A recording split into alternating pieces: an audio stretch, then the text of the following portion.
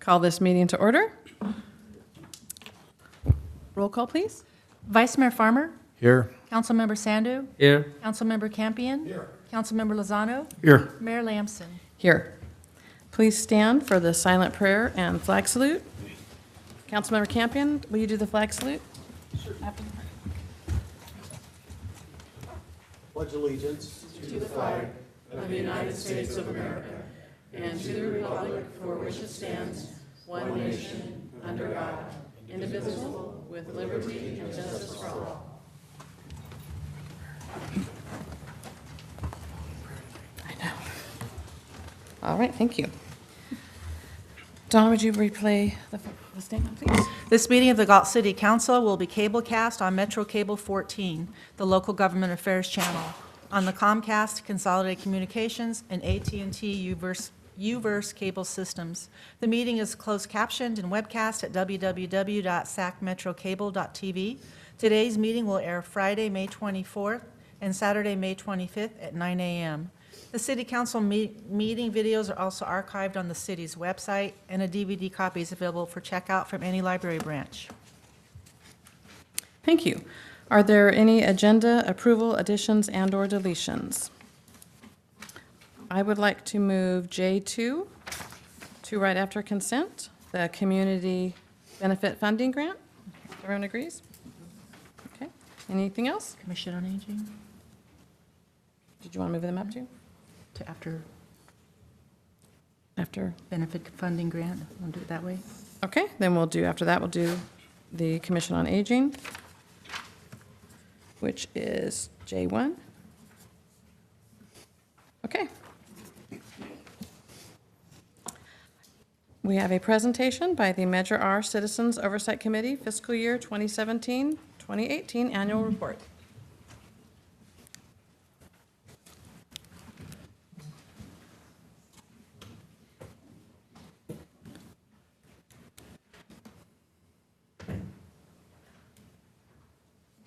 Good evening, Mayor, Council. I'm here to help present the Measure R annual report that's being presented to you this evening. I have Tony with me.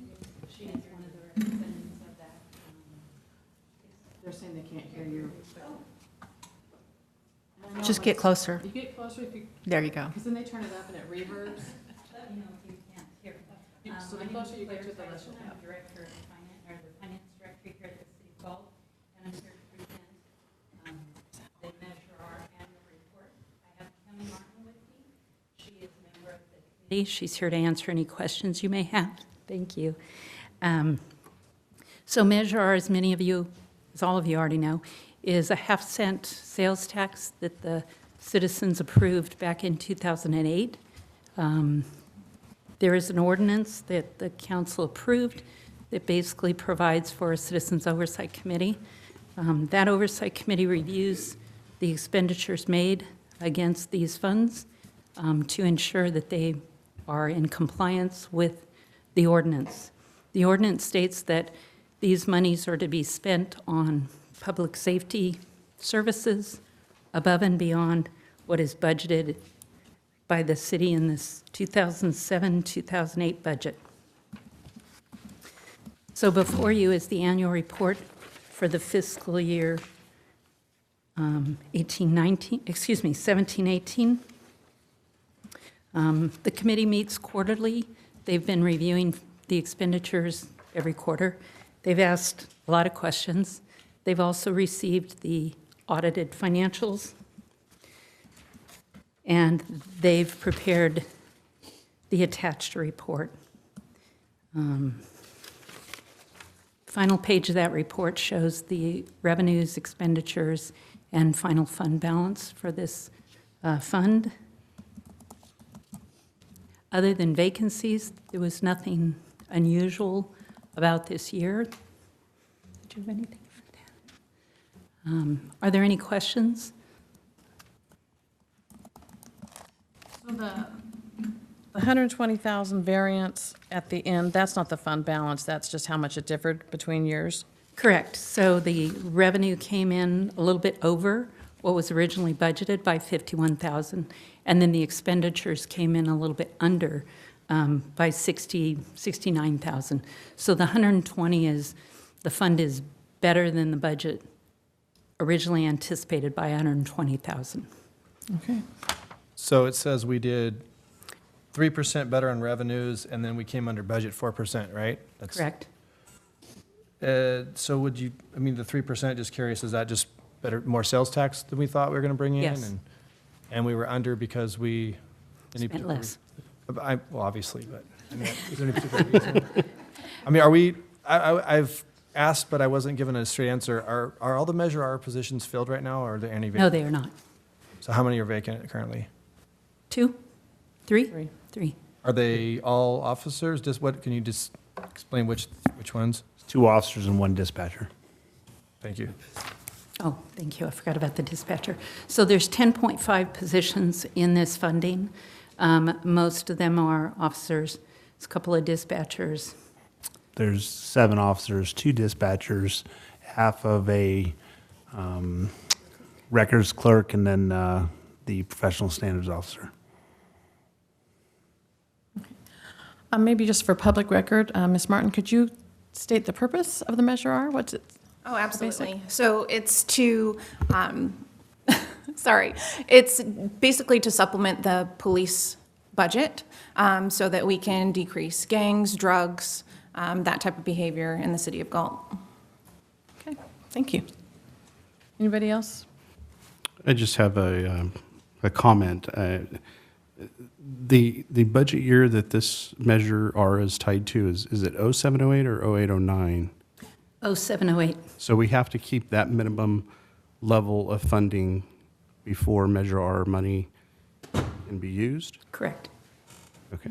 And I noticed here on page 2 of the report, it looks like the committee, and I've been to a committee meeting, they asked many questions, but it sounds like staff was able to provide enough information to determine that the Measure R funds are being spent in accordance with the ordinance? At this point, yes. Okay. Is there any additional information, Ms. Martin, that you would like to add as being part of the oversight Not at this the time. council should be aware of? Nothing? Okay, thank you. All right, thank you for coming. Thank you for answering questions. I'd like to just thank Kemi Martin and the rest of the committee. This is on their volunteer time, and we really appreciate their diligence to this committee. Thank you.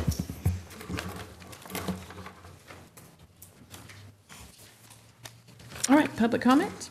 Under Government Code Section 54954.3, members of the public may address the city council on non-agenda items. The public comment section is for the city council to receive comments, except for brief responses to questions. No discussion or action may be taken on any item that is not listed on the agenda. Please limit comments to a maximum of 5 minutes. Speaker cards are located on the table inside the entrances to the council chambers. Once completed, forward the speaker card to the clerk. Those persons wishing to speak on any item scheduled on the agenda will be given an opportunity to do so at the time the item is being considered. Thank you. So we do have quite a few at the time of the item, but I have one that doesn't have a subject. And so that would be Jean Davenport.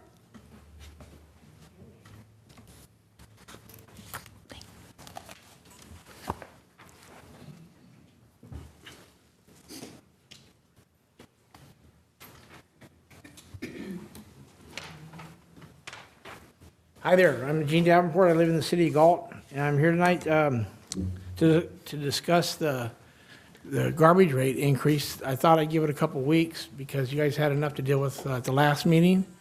But the way this has all come about, regardless of where you guys stand on this, the fact that you guys passed something that you didn't read, it baffles my mind that you would pass something on recommendation from staff. Regardless of that, you guys should be reading what what you're going to pass on to the ratepayers. I like Dave Acareza. I like his family. I like them a lot. They're good people. They're a good employer. They're good for Galt. This rate increase is just, it doesn't jive. It just does not jive. 300 to 700 to 900% on some businesses. It's just not right. The city manager, said it was a fair to both city and residents. But they didn't, I don't understand how he could say that before he left. He said it was fair to both. Steve Winkler said there were no high fees involved. It's his quote, not mine. After they were done, he felt it was fair and equitable to everybody. I don't see how you can sit there and say, even to a kid buying a candy bar with a 700% increase is fair and equitable. At no time is 700% fair and equitable. The fact that we're going forward with this, and a lot of these recommendations have come from administration, the administration that actually retired. Now you guys brought him back on a consulting basis. They did this last year. You guys voted on this in September, I believe, and you guys just kind of like said, okay, it's going to go forward, and you guys okayed it. You guys need to rescind that. You need to do what you need to do, get with the attorney, rescind the vote that you guys made, and start over. Because it's not mandated for another year or two, so you don't really need to inflict that corporal punishment on any business in this town at this time, period. You need to stop it now, because you're going to lose good people in this community that have been a part of this community for a long time. Terry Parker, she had somebody speak for her at the last meeting, and she said that hers went up about 700%, and she's going to increase everybody's bill by $100 a month. That doesn't cover what her increase was, so she's going to swallow some. I talked to the people that own Holy Ravioli. Their bill went from, I think it was $1,700 a year to $11,000. It's not copacetic. It's just not good. I don't care what you guys say. And when you guys brought Mr. Winkler back on as a consultant, and he's involved in all of these, where are we at with the other entities or the other things that he's working on? Mr. Lozano said, when you guys brought him back, you wanted to see results. Are these the type of results that you really want to see? Because you have to go into the community and face this. I mean, it's just not professional the way this was handled. You guys need to stop and think about it. I know most of you all got donations from Mr. Vaccarezza, and you run for city council, and that's fine. I don't want to, mix that up. I just want to bring it out because I think we all legitimately believe you're doing the right thing, but you guys made a mistake on this. The three new ones can't be blamed for this in the sense that you took somebody's word for it. But you need to stop it now. You need to just forget about it. Just say, we're going to go back to the drawing board on this, make it feasible for businesses so they won't have to close. Because if you don't, I think you're going to end up with Starbucks, McDonald's, and things like that. And that's all you're going to have around here. Everybody else is going to go. Mr. Sandu, I just imagine what your garbage bill went to and how, affects you going forward. Because the bottom line is, businesses should be treated with the same respect as taxpayers, and I think they should go forward. I see it. You don't have to stop me. But I just think that you need to literally go back to the drawing board on this and start over and get something that we can all live with, because this is totally unfair. Thank you, Mr. Davenport. All right, reports by city council members on regional boards, commissions, and committees. Mr. Campion? Yeah, I was at the Habitat Conservation Plan Committee yesterday. It appears as though all permits with state and federal agencies should be completed and signed, delivered. June and July of this year, they're planning a celebration of sorts the week of June 17th. So I think council members will be getting notified on that. So that's pretty much what we covered yesterday. Thank you. Councilmember Lozano? I have nothing to report. Councilmember Sandu? Nothing to report. Okay. Vice Mayor Farmer? All right. So I attended the safety meeting last night with the new safety chair, Councilmember Sandu. So we had a nice meeting. It was short.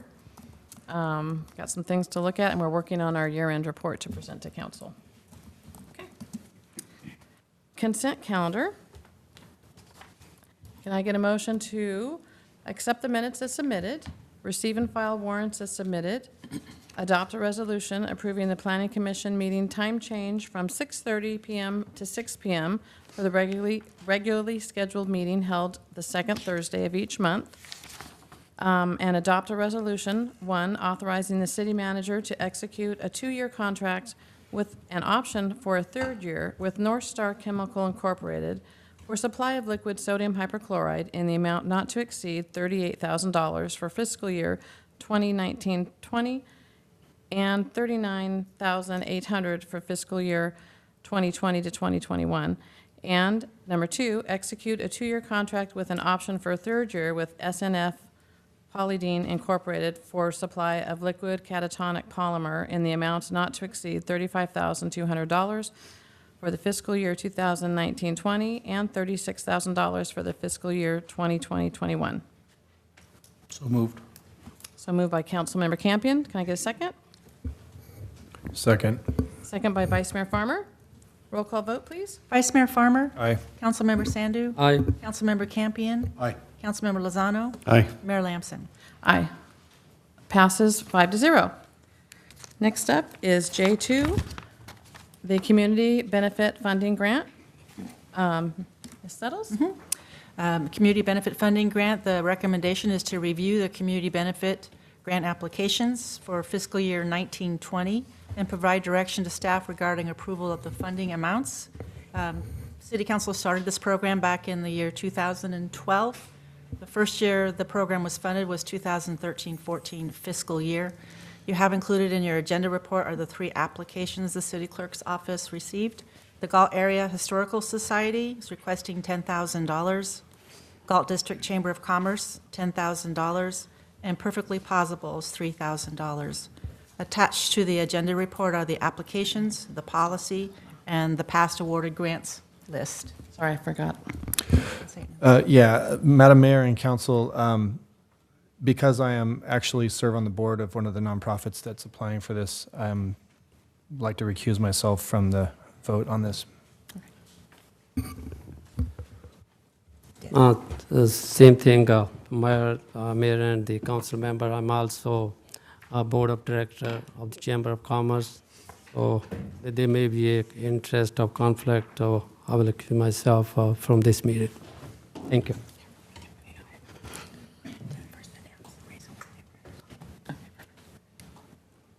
Okay. So I believe we have discussion before we do the public comment, correct? Yes. Okay. All right. So, council, do you want to have the public comment before we have the discussion? Even though, okay, let's do that. I think that'd be better. I'd like to call Gail Weber with the Galt Chamber of Commerce, and then after that, Janice Barsetti Gray, and then after that will be Kim Jones.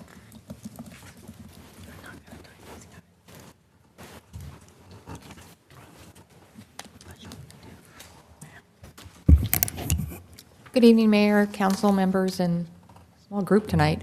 My name's Gail Weber. I'm representing the Galt Chamber of Commerce. Our board president, Bonnie Rodriguez, is actually giving out scholarships tonight, so she was not able to be here.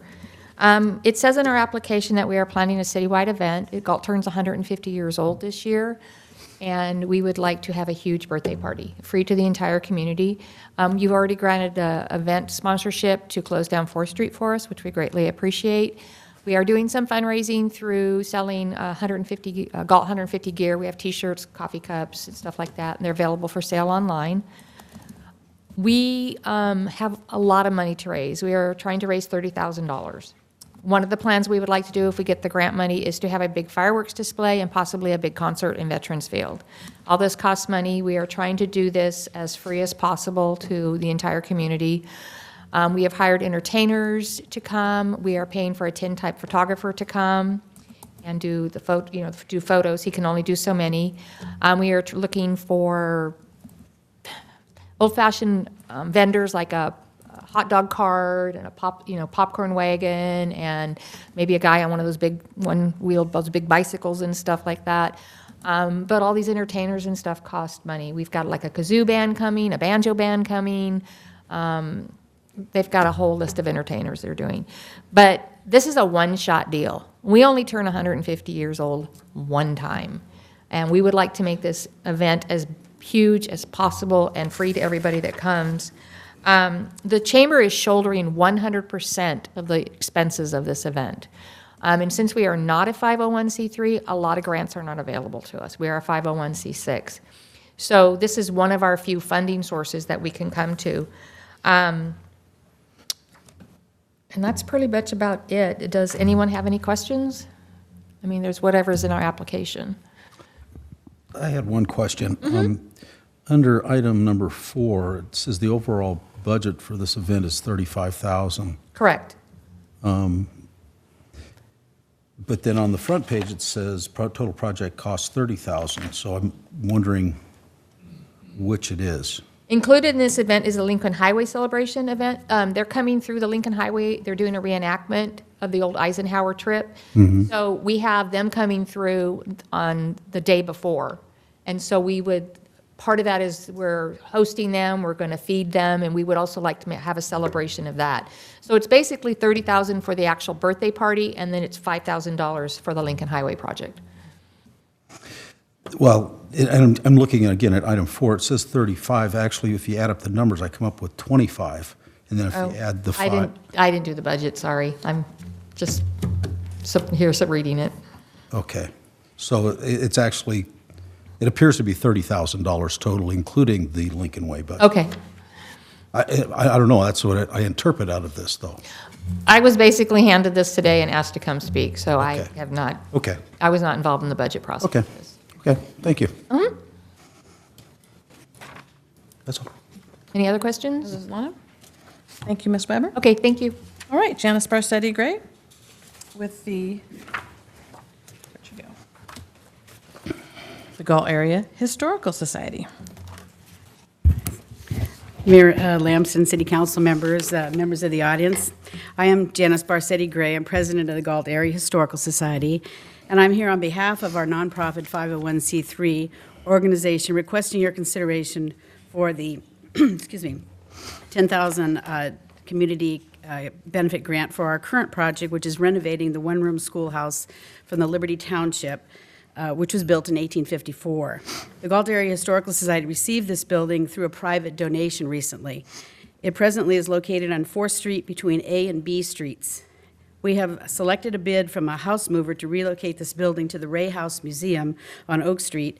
The cost of that was $8,500. This move will happen within the next several weeks, and that's not part of what we're asking for at this point.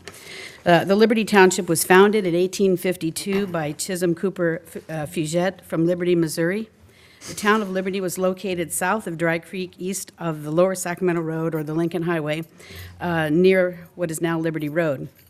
The town was constructed with wood shipped around the Horn from the East Coast, because we didn't have the Panama Canal in those days. That is where most of the wood came from for the Liberty School.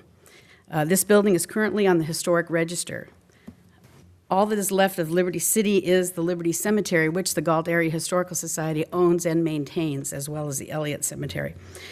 Once the railroad laid their tracks where it is today, Liberty no longer existed. Some buildings or parts of them came to Galt, as did this one-room schoolhouse around 1870. The funds requested under this grant will be used by the Galt Area Historical Society for renovation of this building back to a 1854 one-room schoolhouse. It will become part of our Ray House Museum tours.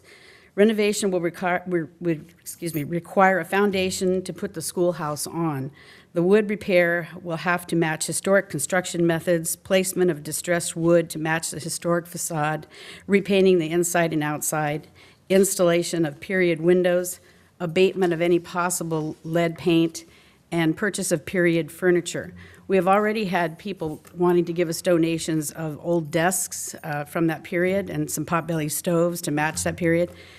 We estimate that the cost of completion for the project will be about $18,700. Probably, as we know, if we have to hire more out, probably the cost would go up. But as always, we have fundraisers, and we always appreciate private donations.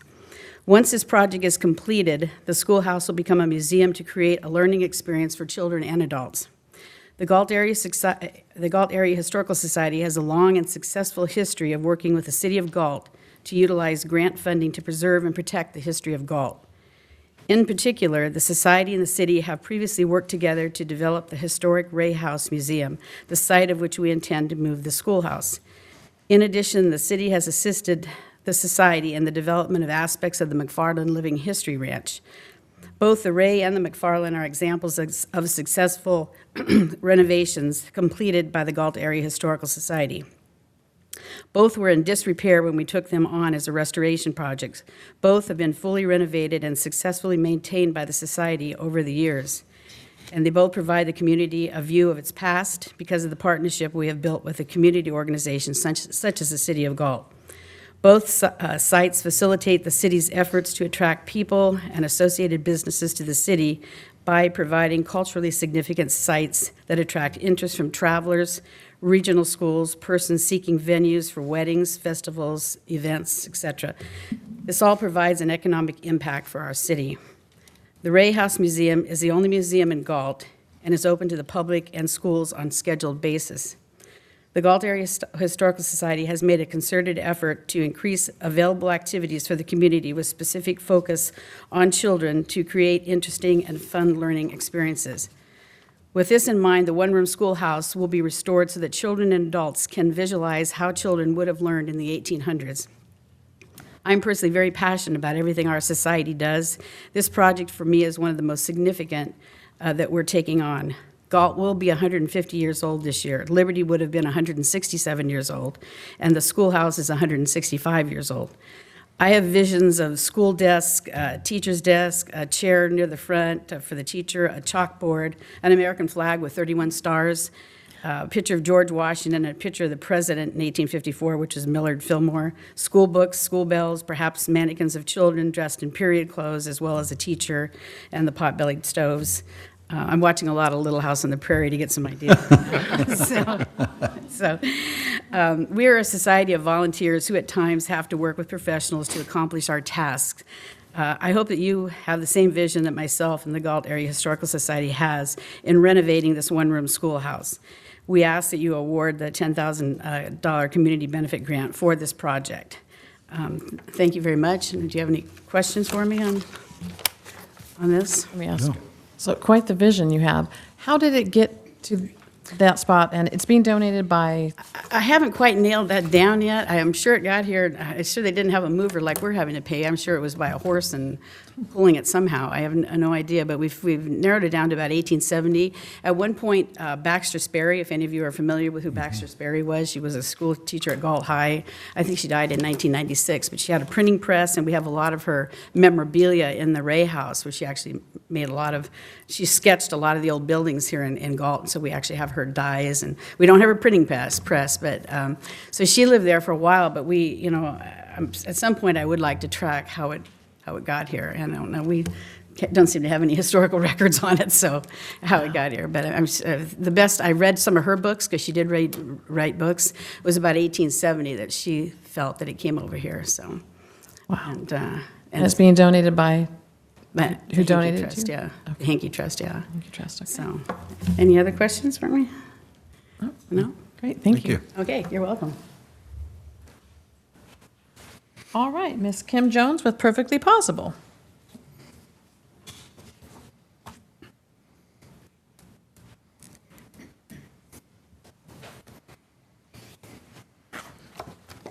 Good evening, Madam Mayor, City Council.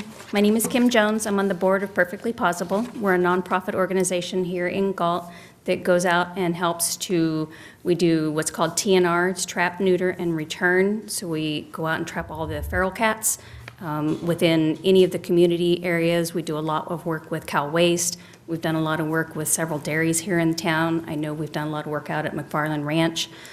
We try to go out, trap as many as we can, bring them in, foster them. We get all the mothers neutered and spayed all the babies and everything. If they're adoptable animals, then we foster them out to where at least we can get them raised out and get them adopted out.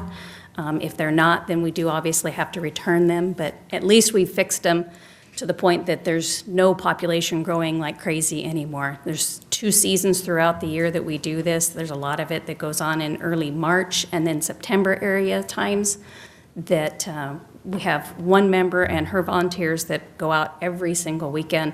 They've trapped sometimes up to 20, 25 cats at a time that they then bring back, and she raises all of these in her garage. And so all the money that we get is obviously from any small donations that we can get from the city to help us out with this, adopting out the animals, any adoption fees that we get, and then small local funding that people just say, hey, I want to help you out. You know, if they call us up and they say, you know, we found this litter of kittens, can you help us? Gayleen will go over and she'll take them all in and do everything that we can with them. So we just don't have any other ways of finding funding, but, you know, we are asking for just a small amount of $3,000. You guys have given us more in the past, and then it's been able to help us out a lot because we go through a lot of food. Vet fees are very expensive for some of these animals. We do a lot of work with the Bradshaw Shelter. So we go up there, they help us out a lot with sometimes getting free spade and neuters, depending on the time of year. We get so many that we can go through and get. But when you're taking in 20-plus kittens, cats a weekend, it goes through real fast. So we're just looking to hopefully help get as much as we can from you guys to get some help. So I appreciate your time. Is there any questions I can answer? Do you work in conjunction with the police department anymore, or? We do. They were able to get us some chip readers, so we have worked with that. A lot of times if we have somebody that we can go out and read them, and then we can tell them to take them to the police department, they do have the cages that they can hopefully shelter some of the animals, if they've got readers at least, if they've got chips in them, for people to come and get their animals right away so that they don't end up at the shelters.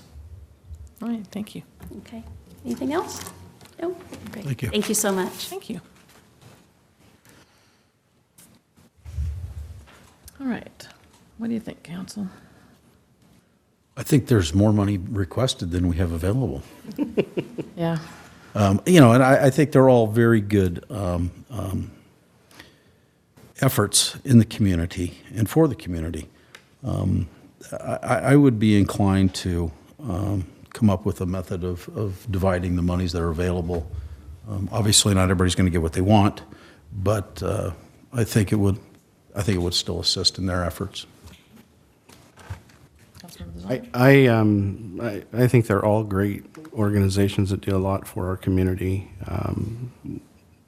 and clearly we have more requests than what we have allocated in the budget. But having said that, I would think that, and I'm just going to throw this out there. And I was contacted by a couple of other board members from Perfectly Possible, which was very helpful because I knew what they did. I just didn't know the extent and some of the history of it. So I appreciate all the work you do as well. One of the groups that I wasn't as familiar with. So, but I would suggest maybe we split the 10,000 equally amongst the two. That not total in total, but the two that requested 10,000, I would suggest, and this is just first blush, and I'm open for conversation, but 4,000 for each, the Historical Society and the Chamber, and then 2,000 for Perfectly Possible. That'd be my first blush at this. And again, like I said, I'm open for. My personal notes were, or personal thoughts on the division was very close to that, and I would be agreeable to that suggestion. I mean, it's great to have an opportunity to benefit the community like this, but then it's also stressful because there's so much need and having to make some decisions. So I tend to agree with both of you. I like the division. If that's in the form of a motion, I would second it. So, motion? Yeah, I'll make a motion that we award Galt Area Historical Society $4,000, Galt Chamber of Commerce $4,000, perfectly possible $2,000 for a total of $10,000. Motion made by Councilmember Lozano, seconded by Councilmember Campion. Yes. Roll call vote? Vice Mayor Farmer, Councilmember Sandu, Councilmember Campion, Aye. Councilmember Lozano, Aye. Mayor Lamson. Aye. Motion passes 3 with 2 abstaining. No, 2, absent. 2 absent. Absent? Absent. 3 and 2 absent? Okay, Thank you. thank you. We can ask. Officer, do you want to tell him to come back in, please? Congratulations. I wish it could be more for everybody. All right, back to the agenda. And next, we have the Commission on Aging member appointment. Got to wait for Councilmember Sandu.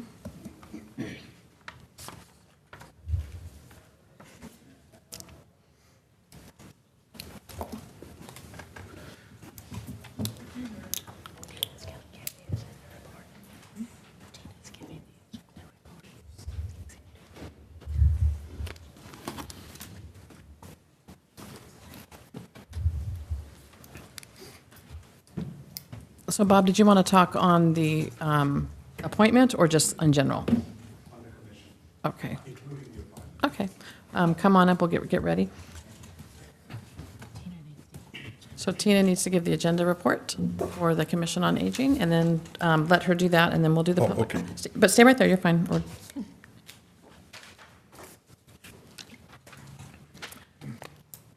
We're doing the appointment right now.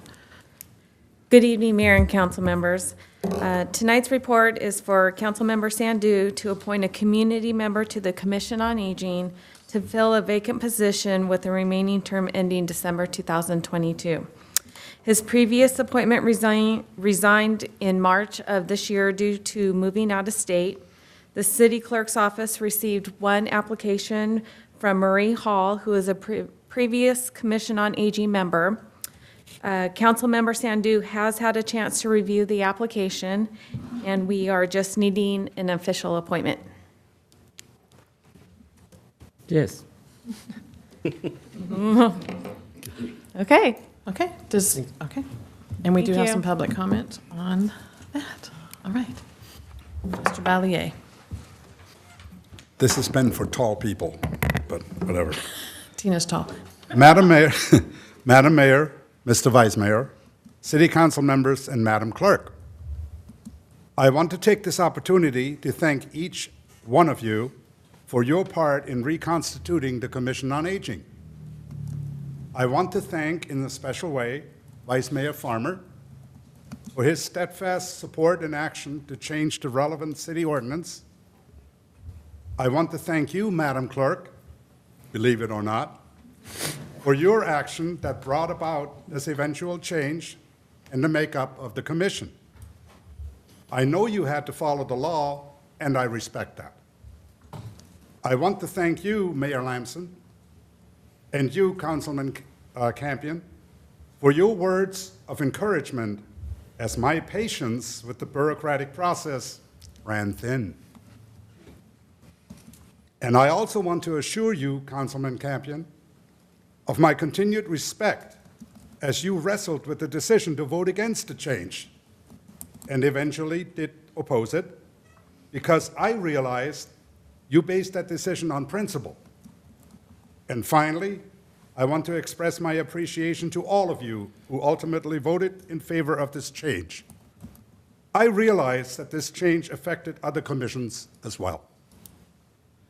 As a result of your action, the Commission has been busy working towards the opening of the Galt Senior Resource Center, which is slated to open by June 15th, just around the corner. And we are working on other pending issues that involve establishing communications with you, members of the City Council, not just coming here to provide an annual report, but to keep you up to date on what the Commission is doing and encouraging you to interact with us if you see a concern or issue regarding our seniors in the appropriate and lawful way in the future. We are also entertaining the possibility of interacting with the other commissions in this city for the benefit of our seniors when that is appropriate and possible. Last, and certainly not least, my thanks go to Director Solis, who is not here, for his unwavering support and encouragement, counseling patience, of which I have little, as things looked kind of dreary from December through February, for his continued support as well as the support of his capable staff under the direction of Ms. Monica Lopez, as the commission is now reconstituted and ready and determined to advocate for the seniors of our city. And finally, I want to welcome back my friend Marie Hall to the commission, and I hope that she gets sworn in before Thursday's meeting. Thank you, and have a good evening. Are you prepared? Any questions? Thank you, Bob. Thanks, Thank you, Bob. Bob. So do we vote on the appointment or just appoint? No, it's just. Okay, done deal. Thank you, Councilmember Sandu. Thank you. Congratulations to the Mary Hall.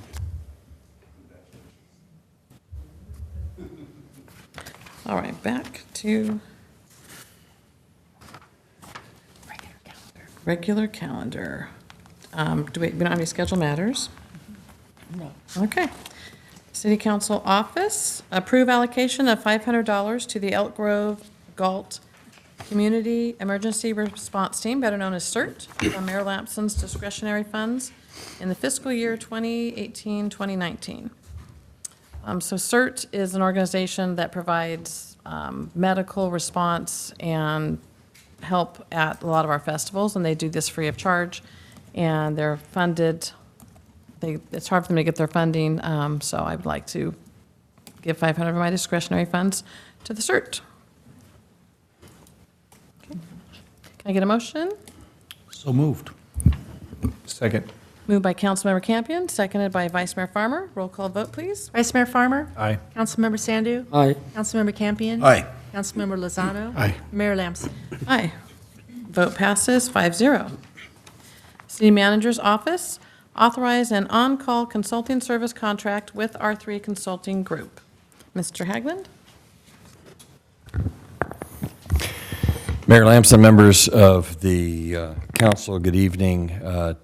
Tonight we're seeking the council's approval for an additional scope of work for R3 Consulting Group, which has previously provided the city with advice and counsel relative to solid waste and recycling services and on a number of different occasions over the years. They were most recently selected through an RFP process within the last year, I believe, and we want to provide them with an additional scope of work relative to helping us update our solid waste ordinance, to help us to ensure that we meet compliance standards with the California Department of Recycling, CalRecycle, and also to assist us with some lingering issues relative to our new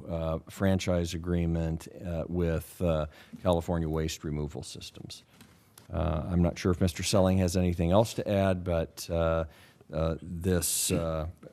we're happy to answer any questions the council may have. So if we were to not go with R3 and get another consultant to kind of look at these issues with us, would it cost a lot more money because they'd have to start at the beginning?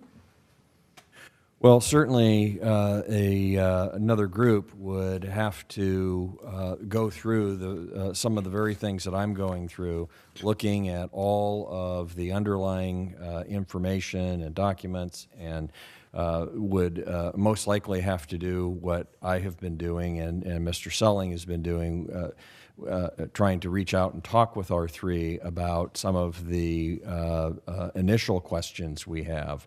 But the work that we have to do is both immediately and in the future, I think is best served by R3, who was there during the process of establishing the programmatic elements of our franchise agreement, as well as the rate elements of the franchise agreement.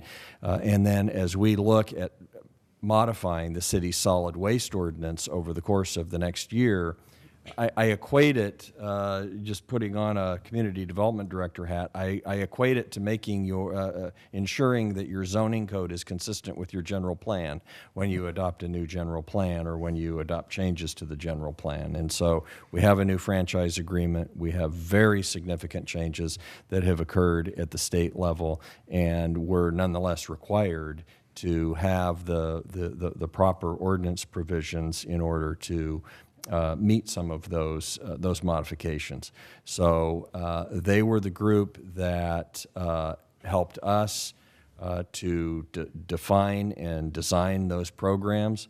R3 was assigned tasks by the city to either analyze something or to help define what a program might look like, and they provided that advice back to the city. That is really the sum total of their work on behalf of this jurisdiction. They are a firm that represents jurisdictions across California and across several other western states. They are one of the leading experts in this area, and I think that they have a good basis of knowledge dating back a number of years as to the city of Galt and its solid waste programs. And I think that having that would be of benefit in getting the job done more quickly, and certainly I think it follows less expensive. Thank you. So, Tom, I have a couple questions. One might actually be for Mike. The funds, if we were to approve this, the funds, so first it states that it's, we're approving up to $25,000 per fiscal year in a 2-year budget. So if I'm understanding this correctly, we're approving up to $50,000 possibly over a 2-year period. Is that correct? That's correct. Okay, so what would the initial cost, I mean, just to bring them in, is their initial, like, it says it's on call. I mean, so I know that's not like, basically it's like as needed. So, I mean, what do you project the expenses here to be? Any guess? I would probably, at the risk of not wanting to, set the stage for them, so to speak, because I think we'd like to give them, at least some key tasks that we see on the immediate forefront here, as well as the city manager noted, relative to the update of the ordinance. That's kind of a little bit midterm, I guess I would say, through the rest of the year. But, I would say probably we're looking at somewhere in the range of $10,000, maybe $15,000, something like that. Okay. And my next question is, I think, for Tom. So Tom and I have had long discussions about this already, and came back to him for some questions, but I had some additional ones, and I wanted to kind of state some ones that we already talked about. So what you've told me, Tom, is this is like a two-part thing. Like, part of this is bringing them in as a consultant that we've used for them in the past because of their expertise. And so part A would be them helping us get our municipal code compliant with the franchise agreement, which we designed, which includes all the mandates, all the changes that have, so we can make them match up. With the any relevant provisions of the franchise agreement, but also in conformance with state law. Right, okay. And then the part B being that you've expressed to me that you think that there is some value here in having them assist us with, trying to find a solution to our ongoing issue with the waste right now. So they've had a relationship with Cal Waste. They were one of the few parties still around that were involved in the original negotiations. So you think that they're of value in that aspect too, if we need them? Yes, they really are. But let me make a couple of points. One, they only work with public jurisdictions. They only work with cities and counties or another governmental entity that as a consultant to bring in that expertise. They do not work and never have worked for private waste haulers and won't work for private waste haulers. They work on behalf of the local community or jurisdiction that hires them. And then second, you make a valid point that we have discussed, that they are one of the common threads that remains here right now as to the most recent franchise negotiations, because the principles are largely gone now. The previous city manager is no longer here. The previous public works director retired as well, and so we in having R3 remain as our consultant and provide us with this information is, I think, key. I think I would feel like I may have my hand tied, go into the some of the work we have to do with my hand tied behind my back if I can't rely on the firm that provided its independent judgment and its independent information relative to the programs that are designed and part and parcel of the franchise agreement. So with that being said, your point where they were the common thread and that they were involved in providing that initial judgment, there's a lot of public scrutiny going on right now about this decision. It's weighed heavily on my mind all week because people are saying, why would we bring something back who has been the cause of, whether that's the case or not, they were involved with this mess, and why would we do that? So what do you have to say with that? Well, what I have to say about that is that statements like that or any beliefs like that assume facts, not in evidence. And I haven't seen anything thus far that would cause me to believe that R3 was the cause of our current franchise agreement. R3 was a consulting firm that the city properly relied upon to provide advice, to take a look and analyze situations. They were given assignments by the city to come back and or to go analyze and to share that information with the city in order to prepare the city negotiators to negotiate the provisions of a franchise agreement. That's typically the way those sorts of things work.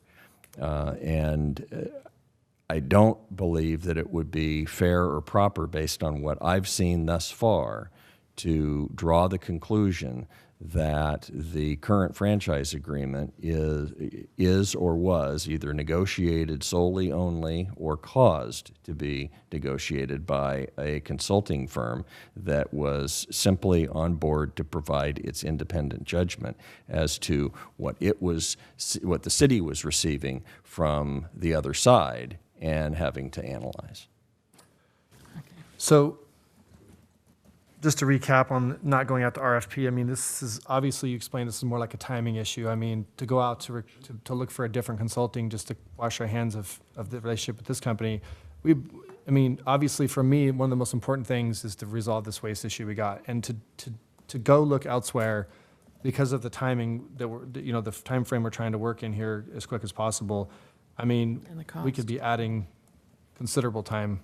Considerable time, and I think additional cost. Mm-hmm.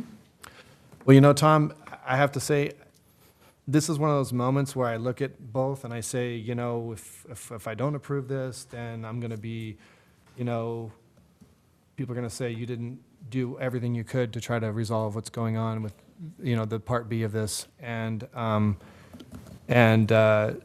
have to just say that I know you highly recommend this. You've stressed to me that how much you recommend this, and I think it comes down to just an ultimate trust issue and what you're telling me I think I should do.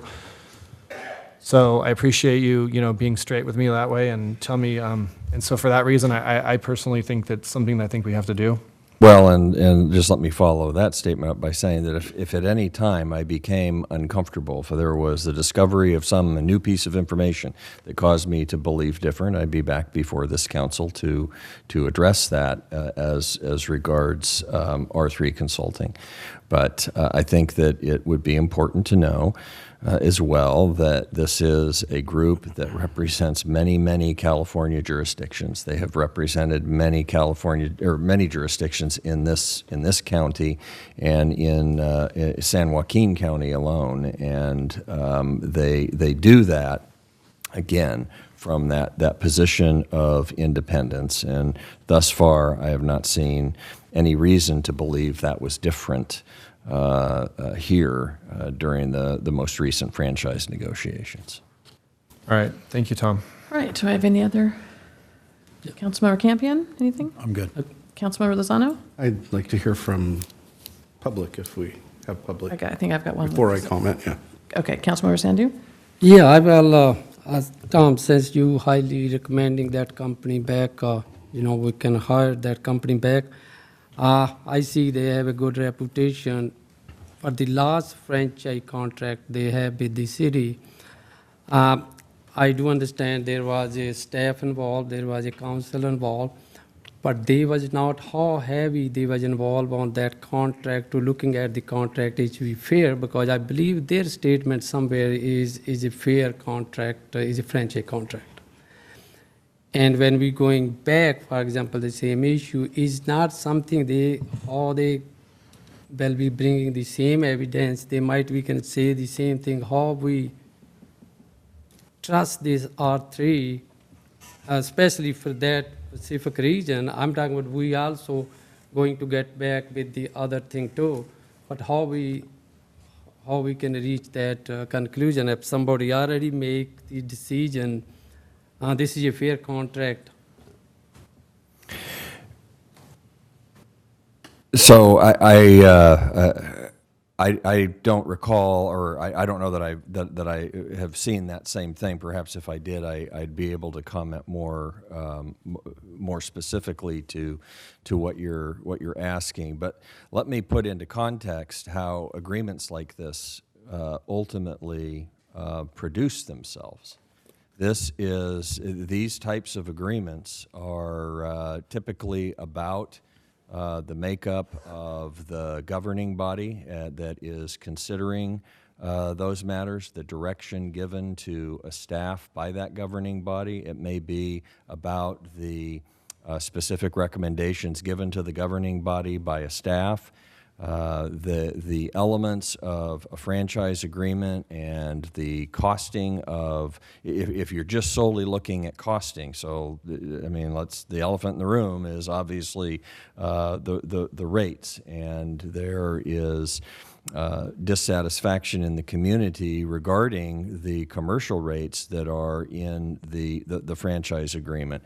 But those rates are based, at least in part from what I've seen, on strategic direction provided to the staff negotiating team, not based on the whim of the consulting group. And things that go into establishing rates, both residential and commercial, are things like labor rates for operating the franchise, the equipment, trucks, just think trucks if you will, for operating that, the tipping fees at the various locations that trash needs to be taken to. Not all of the trash or recyclables collected by our franchise hauler can simply be taken up to the Kiefer Road landfill and dumped for $35 a ton, which is on the lower end of what they probably end up paying. Things like food waste needs to be taken to sites that can range. It's much more expensive to dispose of things like that. They need to be taken to sites that don't exist in this county. that may cost anywhere from $80 to $120 a ton. You have vehicle miles traveled to take all that. So when you're taking a look at the cost of providing the service, there's a lot of variables that go into establishing what those rates are. Then when you back up and you're taking a look at ultimately what forms itself over perhaps a number of meetings and over a number of discussions as to what the city wants to achieve, a collective decision on the city's part, not necessarily the franchise hauler, but the city's part of what it wants to achieve with the new franchise agreement. The direction that this city, broad overview direction that this city provided was they wanted a franchise agreement that would achieve the recycling mandates as stated by CalRecycle, the state of California, the governor and the legislature that passed and approved those pieces of legislation. So we wanted a franchise agreement that addressed that. We wanted a franchise agreement also that had residential and commercial paying their fair share of the costs.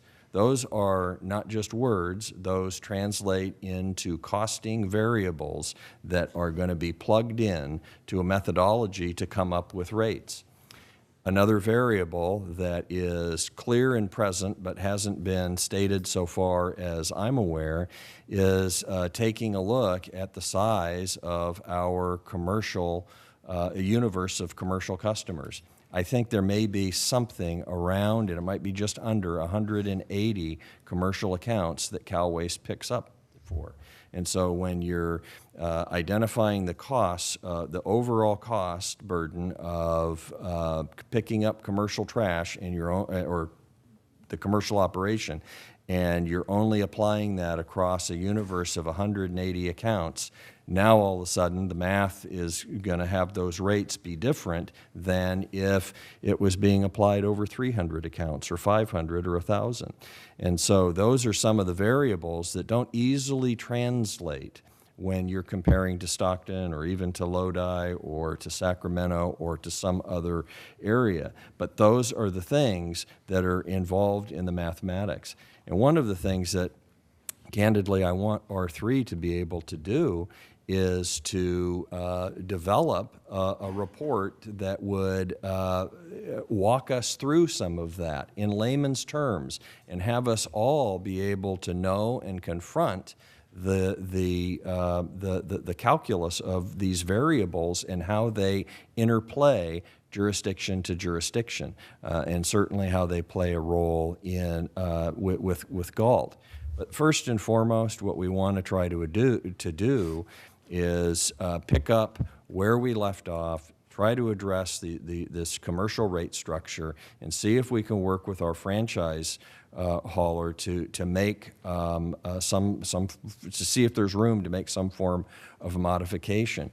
But we cannot be afraid at this point in time to work with a group like R3 because we want to theorize or we want to adopt uninformed statements out there that somehow they're the cause of this. I haven't seen it yet. If I see it, I will come and tell you that I see it. But I think that when we begin to understand the complexity of how rates work in this jurisdiction and jurisdiction to jurisdiction, it's going to paint a much different picture for this council. Thank you.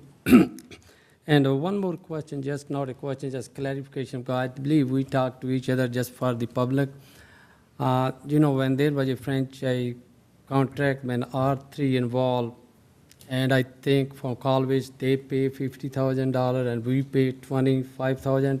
Can you clarification to the public is not Cal Waste pay them, they are just hired by us, not hired by the Cal Waste? That's right. Consulting firms like R3, but specifically R3, do not work for any private waste hauler. They work only for public jurisdictions like your council.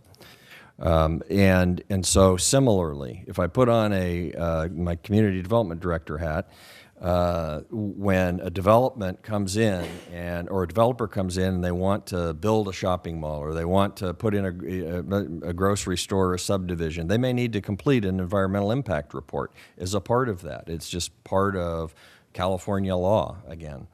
And what the city doesn't pay for it, the residents of the community don't pay for that.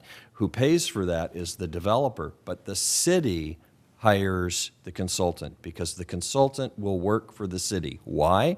Because the consultant needs to give the city an independent environmental review.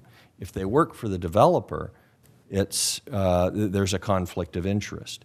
So in those situations, we take a fee, the cost of that fee from the developer, and we use it to pay for the cost of that environmental impact report so that our citizens aren't having to front that cost. Similarly, with the franchise waste hauler negotiations that we just went through and that I can tell you that I've been through in other jurisdictions, we require the waste hauler to pay all or part of the fee of the city hiring an expert. And it almost universally happens. I think that in very large cities and large jurisdictions, they may have a staff that is plentiful enough to be able to do what the consultant would do. We don't have that, and we do not have that in-house expertise. So we required Cal Waste to make a deposit of $49,000. The city also contributed about $25,000, I think, to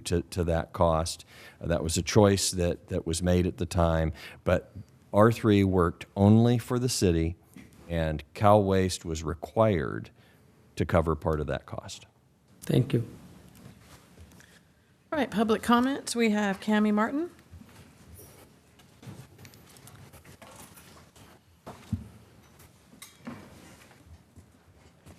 Good evening, City Council and staff. I'm Cammie Martin. From that discussion, I just ascertained that we have three things: compliance, ordinance, and contract renegotiation. The only one of which I saw in the resolution was compliance. So I'm going to speak to what I read.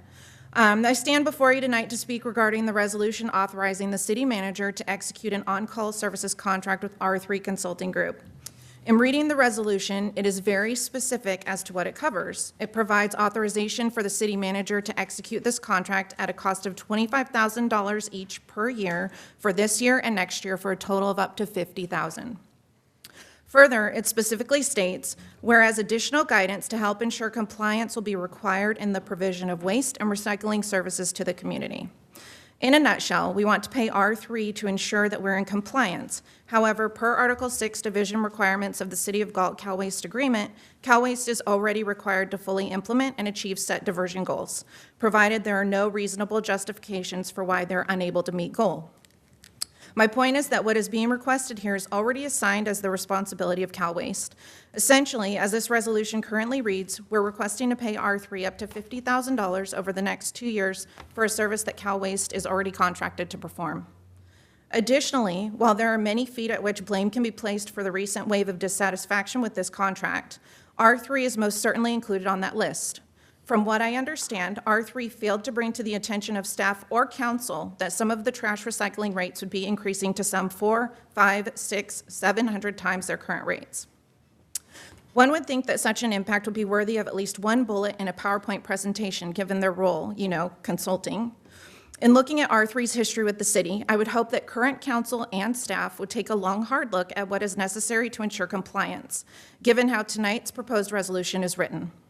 If we don't trust Cal Waste to do so, why was this specifically included in their contract?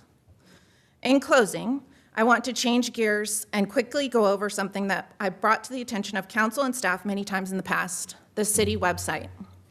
In researching documents in preparation for this meeting, I attempted to locate the last consulting resolution that we approved.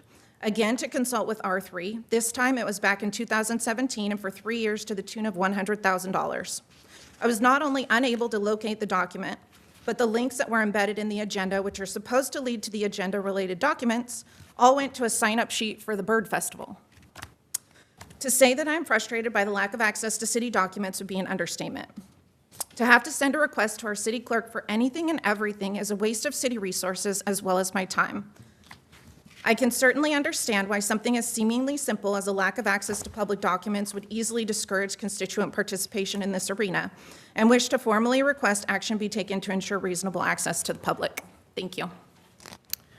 Thank you, Ms. Martin. Any more discussion? Councilmember Lozano? Yeah, I just have a couple of comments. I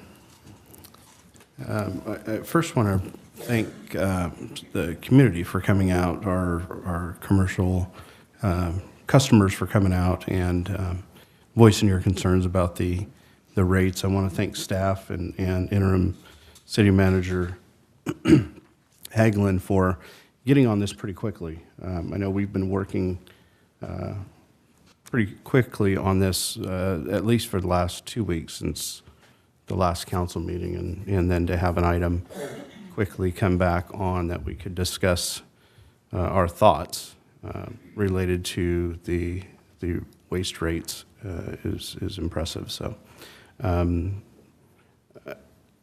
we're going to at least one. There's information out there, and I'll just put it out there on social media that council members aren't responding or doing things like that. And I think it needs to be pointed out that part of being a council member, there are laws that restrict what we can and can't do and what forums in which we can have open discussion amongst council members. And so in the interest of being compliant with the Brown Act, I personally choose to be very selective on what I put on social media, and certainly responding to things. And so I will say this, and I haven't talked to all council members, but I can imagine that certainly myself and talking to the interim city manager, this is not an issue that we take lightly.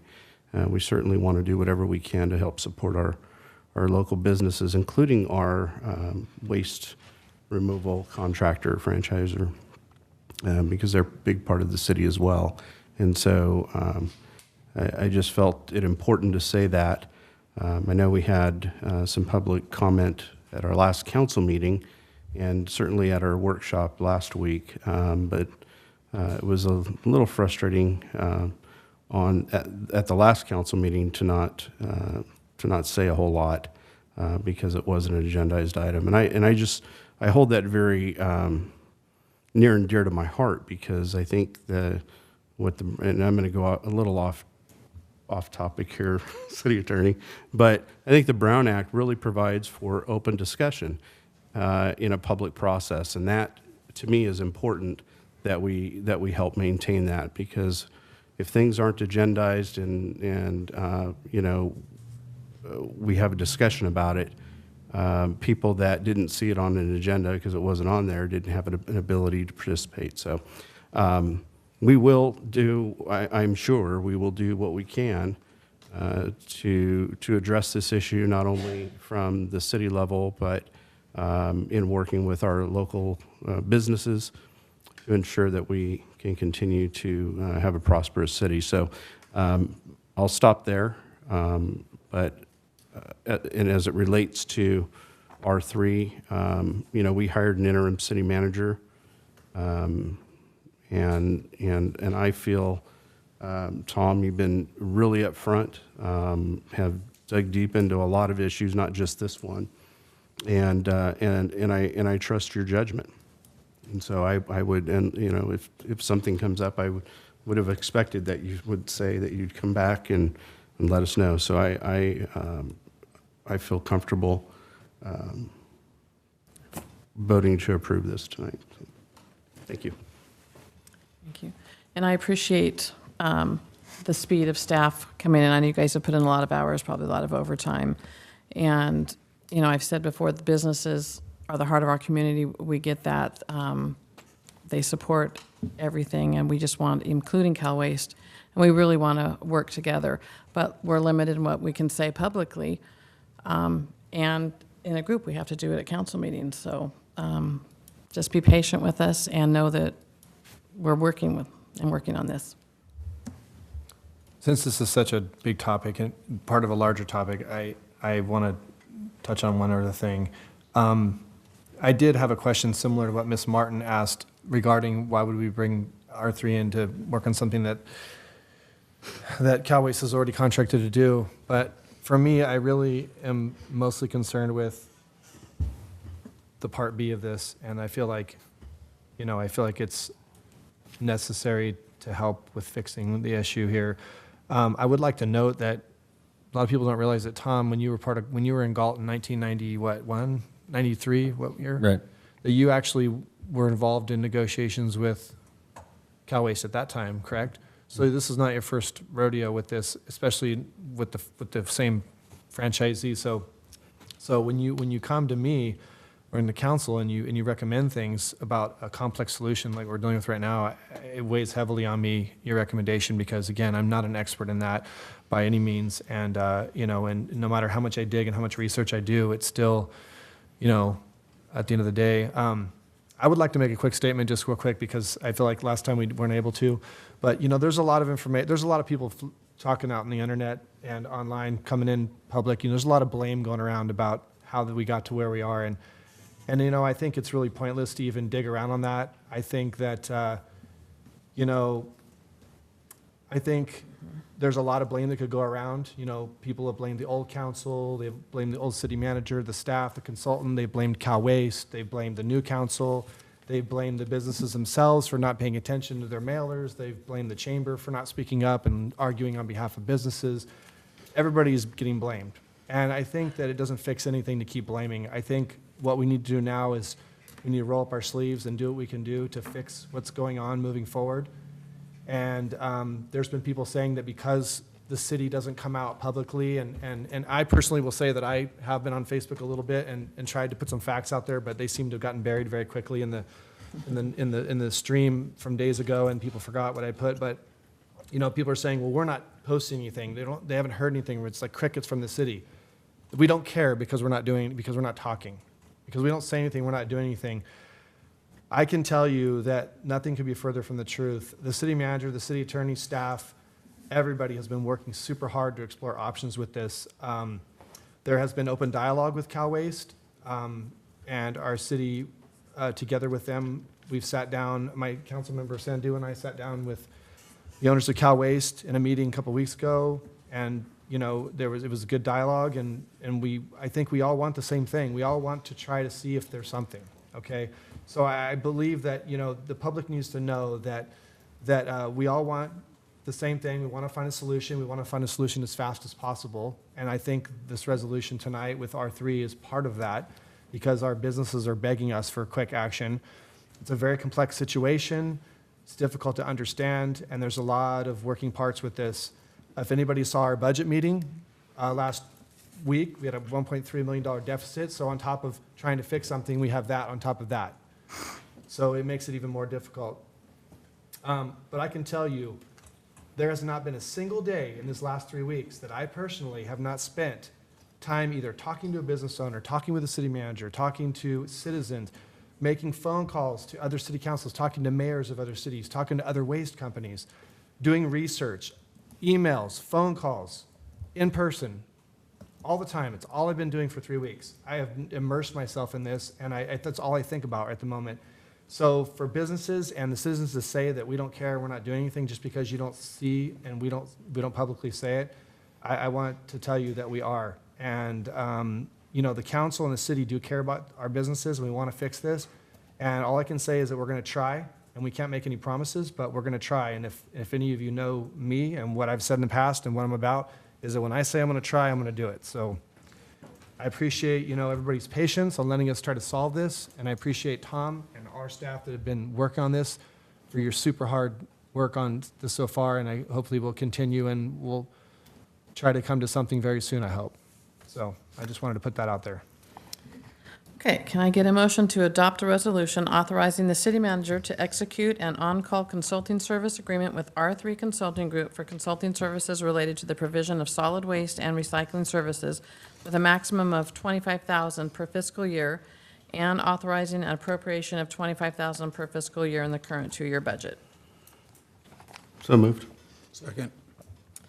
I believe that was moved by Councilmember Lozano and seconded by Councilmember Campion. Roll call vote. Vice Mayor Farmer, Aye.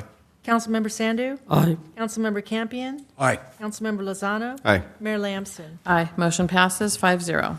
Mayor, if I could just interject one point. I just want to clarify that the resolution that talks about ensuring compliance and having our three assist us in that isn't doing the same thing that Cal Waste is required to do under the franchise agreement. It is true that one of the substantive aspects of this franchise agreement, which really distinguishes itself from almost all others in California, at least at this point in time, is the fact that the city has indeed transferred risk from itself to the franchise hauler, who must meet the Cal Recycle standards in accordance with the Cal Recycle schedule. Nonetheless, the city still has jurisdictional responsibility, and the compliance we're talking about is ensuring that the waste hauler complies with the provisions of the franchise agreement itself. We can't adopt a franchise agreement and let it collect dust on a shelf. We have to be certain that all of the measures required of the franchise hauler are being addressed. And so that's what we mean by that. Thank you. Thank you, Mr. Hagman. Moving on to Community Development Department, the electronic billboard contract amendment by Mr. Arias. Good evening, Mayor and council members. Chris Arias, Community Development Director. The item you have before you is a request to amend the real estate and advisory services contract with Terra Realty Advisors, or TRA.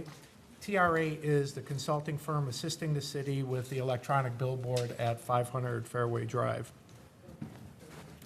Prior to talking about the current request, I want to go over a little bit of background on how we got to where we are, because I think the new council really wasn't a part of the discussion to kind of get to the point we're at today with the billboard. So this billboard project, well, started well before May, but in May of last year, we received, so a year ago, a billboard sign assessment.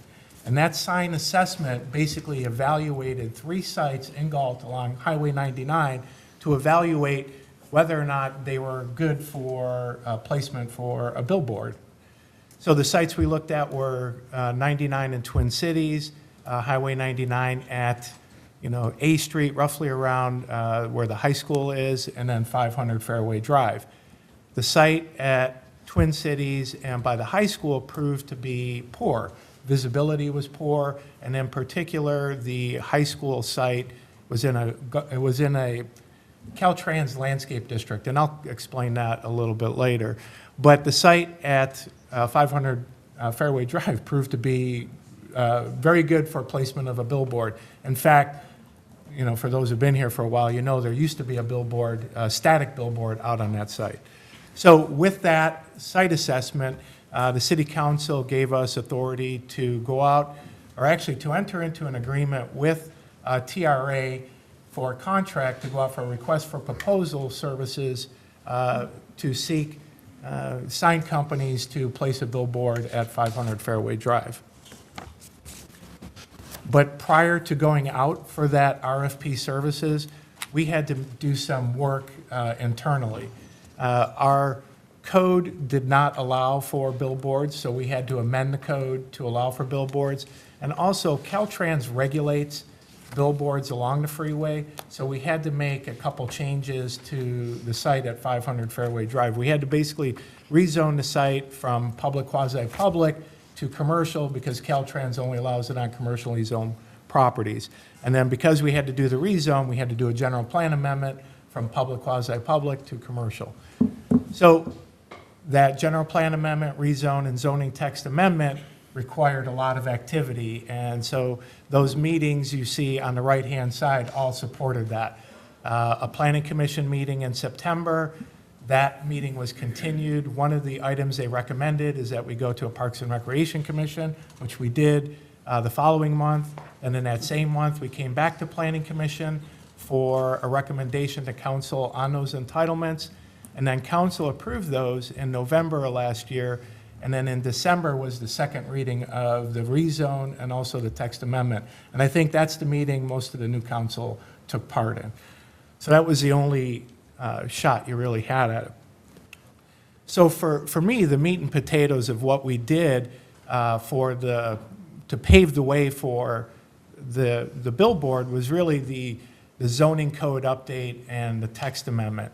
And so what we did when we allowed them is we allowed them with regulation. And some of the regulations that we put in are shown on the screen. So we require a sign to be placed no closer than 200 feet from the nearest residential. And that's actually an increase of 100 feet from the Caltrans standard. Caltrans has a minimum 100-foot requirement.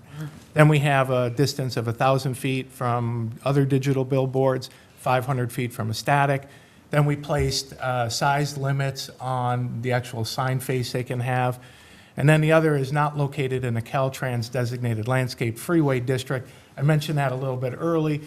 Caltrans, again, regulates signs, and one of the regulations is they have, what they call landscape districts, and I think it's just enhanced landscaping on the freeway, so they then don't allow signage adjacent to it. So if you look at the map on the screen, it shows red areas along Highway 99.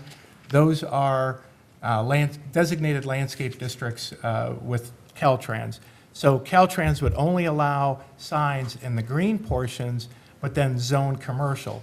And for us, one of the other development criteria we put in is that it has to be zoned highway commercial.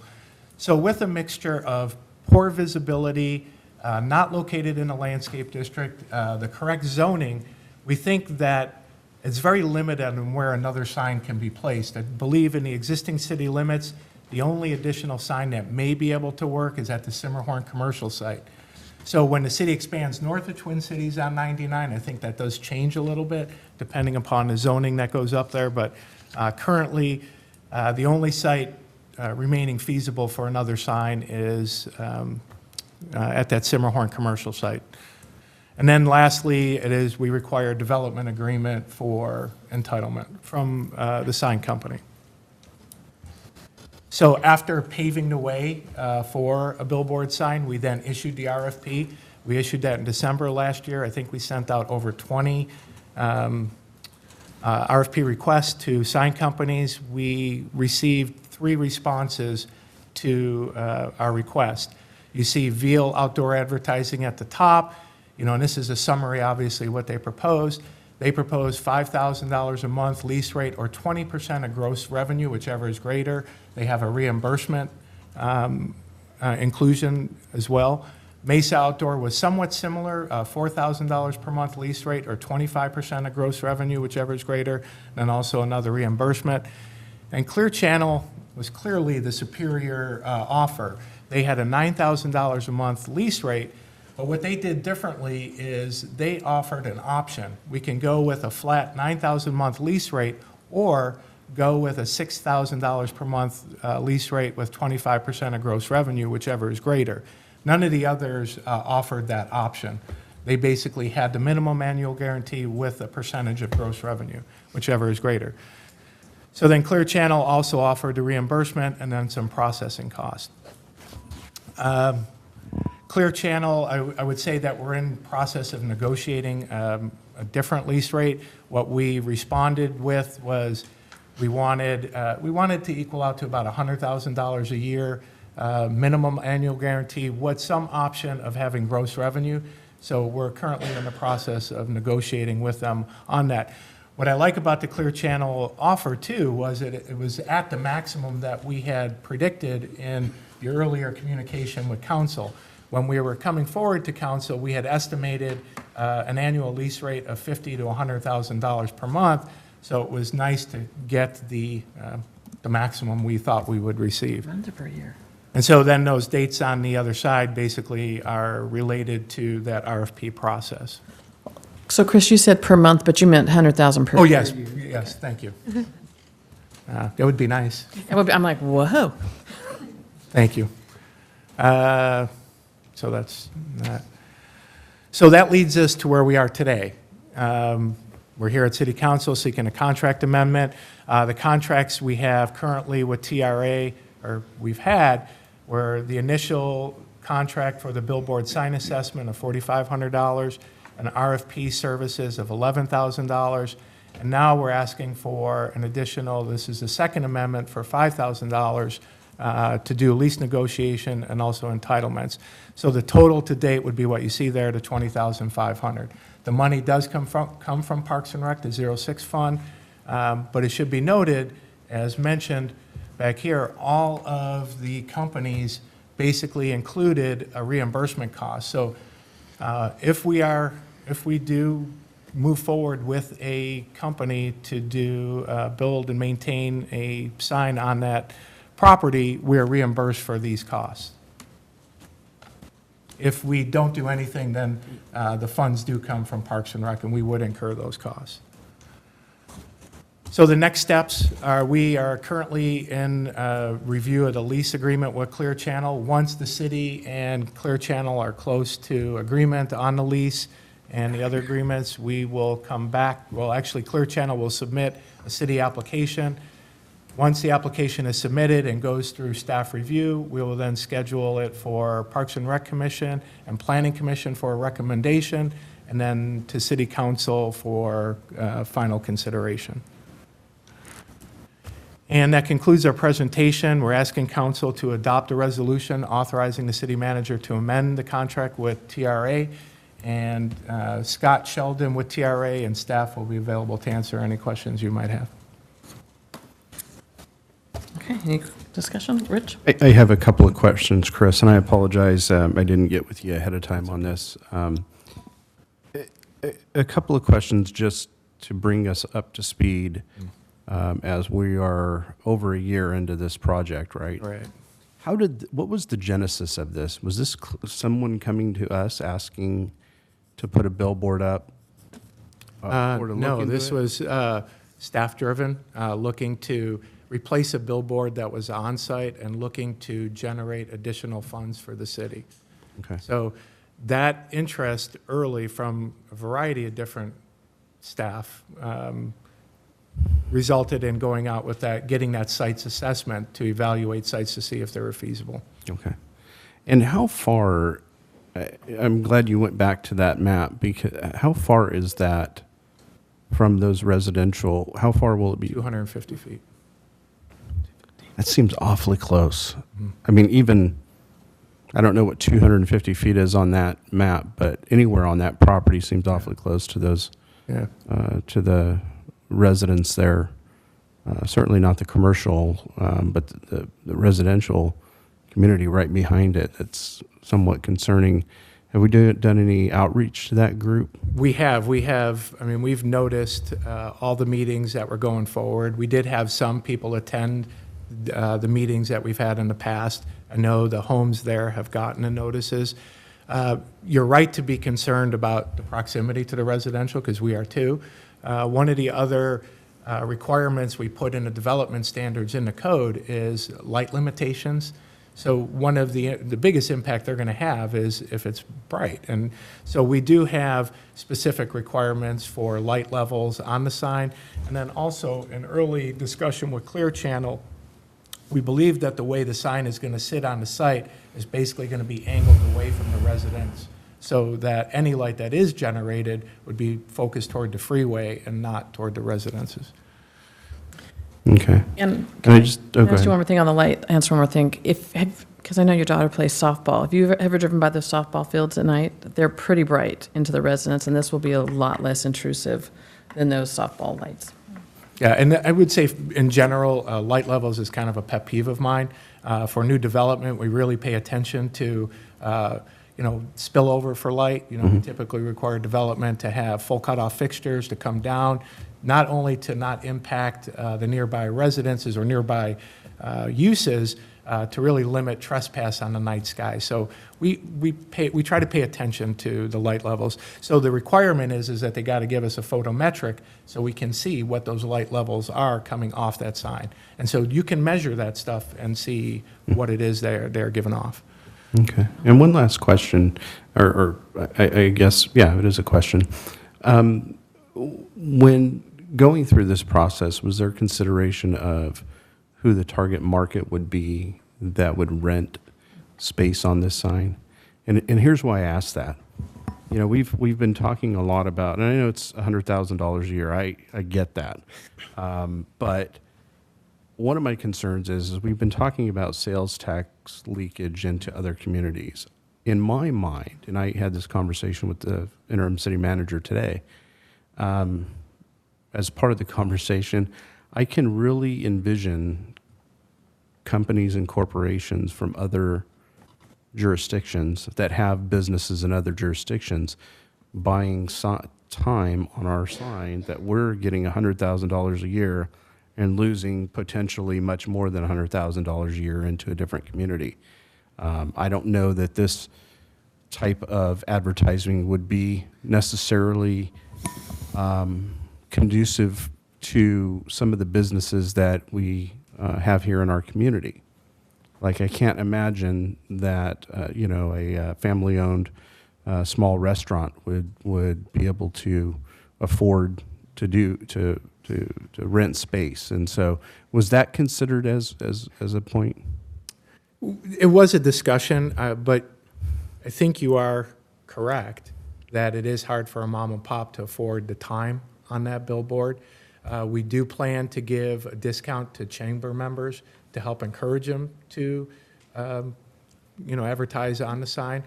But in general, based on the cost, you know, you could be right. And maybe Scott can kind of talk about some of the costs that, or the prices that they have for the sign. And then, you know, obviously if we give the chamber discount, we're trying to encourage the local group to advertise, but it can be expensive. Mm-hmm.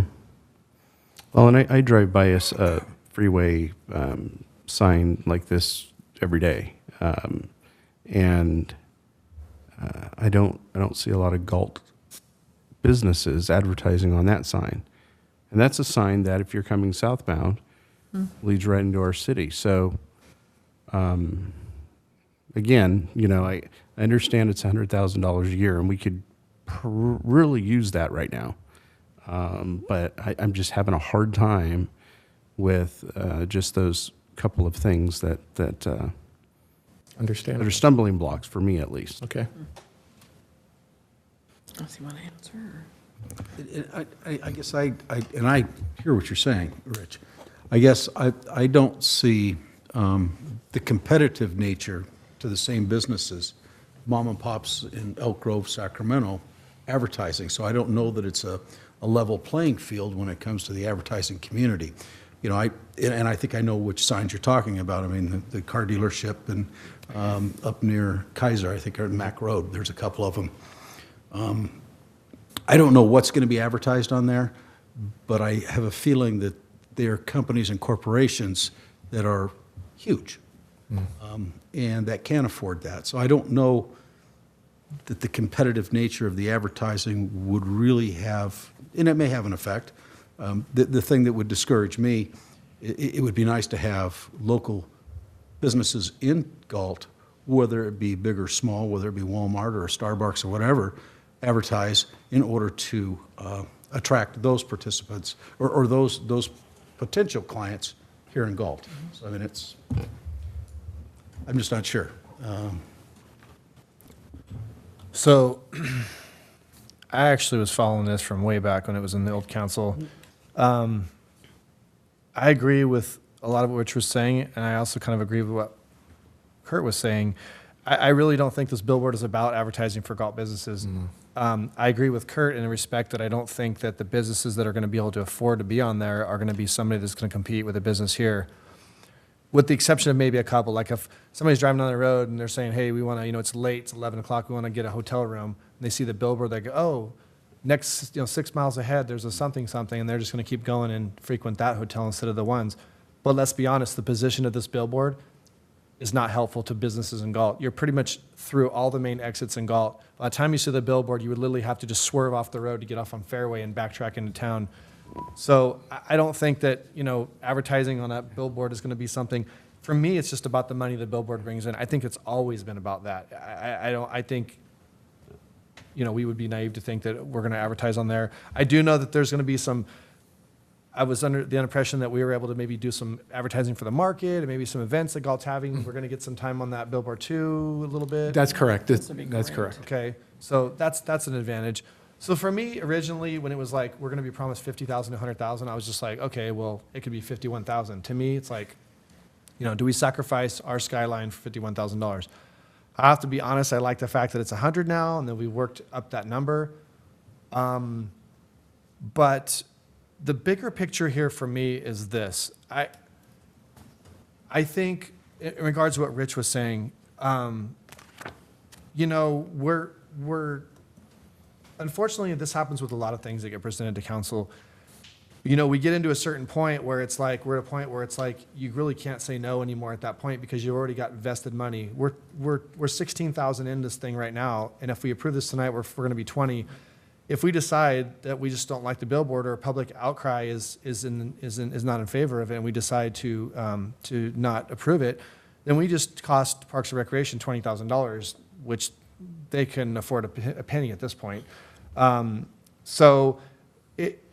What I feel like, and I was talking to Tom about this, I feel like we're at a crossroads right now where we have to make some hard decisions right now, because the further we venture down this road and spend more money, the further committed we are to this, and we would basically be committing ourselves to something. And I think so, I'm not saying I'm in favor of the billboard or I'm not. I'm with Rich, the 100,000 is a lot of money. Parks and Rec could really use that money. But when I look at this process is let's just look at this timeline here. So if we approve another 4,500, which I'm understanding the 4,500 is to go back and negotiate the contract, right? Well, right. So we're doing lease negotiation and then entitlement process. Okay. So let's say we approve the 4,500, and then we go back and we do that. Well, then the first time that the public is allowed to say anything would be on your timeline of 1 through 5 would be number 3, where Parks and Recreation Commission people could come in and they could say how they feel about it there. And then after that would be the Planning Commission, where people could speak, and then ultimately public speaking at City Council.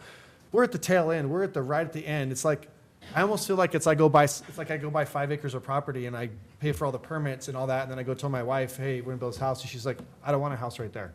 And I'm like, well, I've already spent all that money and I've already gone this far. I feel like we're at that point, so I feel like the council needs to be really, to do some soul searching and decide if this is something we want. And I'm not saying you don't, but if it's something we want, then, I think we're committing ourselves at some point. We're going to be committed. I would like to see personally, I don't know if we could do this, but I wish that we could get some public input before we spend this 4,500, because I would like to hear from the public before I spend another nickel on this process. That's just me. So I don't know if that's something we could do, but. I want to point out the screen, and it shows the public meetings we've had on this topic. Okay. So, and there's another one. So, I feel like I've been talking about this project quite a bit at a bunch of public meetings, and so there was a lot of opportunity for the public to weigh in. Was it enough? Maybe not, because we didn't have too much detail, to get into the sign specifics. So, maybe that is a fair point. But I think we've been out in the public for quite a bit with this project. Well, I know early on there was some, and I was even misunderstanding the size of the billboard. I remember there was some talk about some, then finally you guys did some Photoshop pictures of what the size of it, and it was actually smaller than what I originally had thought. And I think that kind of changed the concerns of some people. But I'm just saying, and I get that there's some outreach. There's a lot of things we have a lot of outreach on, and then people still say, we didn't know. I get Very it. true. It happens all the time. But I just feel like I said, I just feel like, if we vote tonight, I feel like it's going to be really hard to turn direction, and it's going to have to be full speed ahead. So I just want the council to be cognizant of that. And I think, I honestly think if we vote 4,500 tonight, I don't think it's going to matter if people come to the Parks and Recreation or the Planning Commission and come in strong opposition, because at that point, we're like, we just wasted 20 grand. I mean, I feel like it's like that. So it's like, it's almost like putting the cart before the horse a little bit. I feel like the city would do more outreach in the beginning. And I know you said you have, but I feel like, I don't know. I'm not sure why the outreach is even at the end of the timeline, to be honest with you. But anyways, I just added to what you said, Rich. That's my 2 cents on this. So we have had a billboard there in the past. Correct. It- Static billboard. It got taken down, and there's still a billboard there, kind of now a little one, but there was a big one. Right, there's a market sign, there's a sign for a large market sign there now, but the market sign is like an on-site sign. There was a static billboard. I don't know why it was taken down. It was taken down because the city entered into a contract in the 60s, which had a recurring 10-year anniversary where the rent was $100 per month. And if you didn't give notice within, I think it was a 30-day period, the contract renewed for another 10 years. Wow.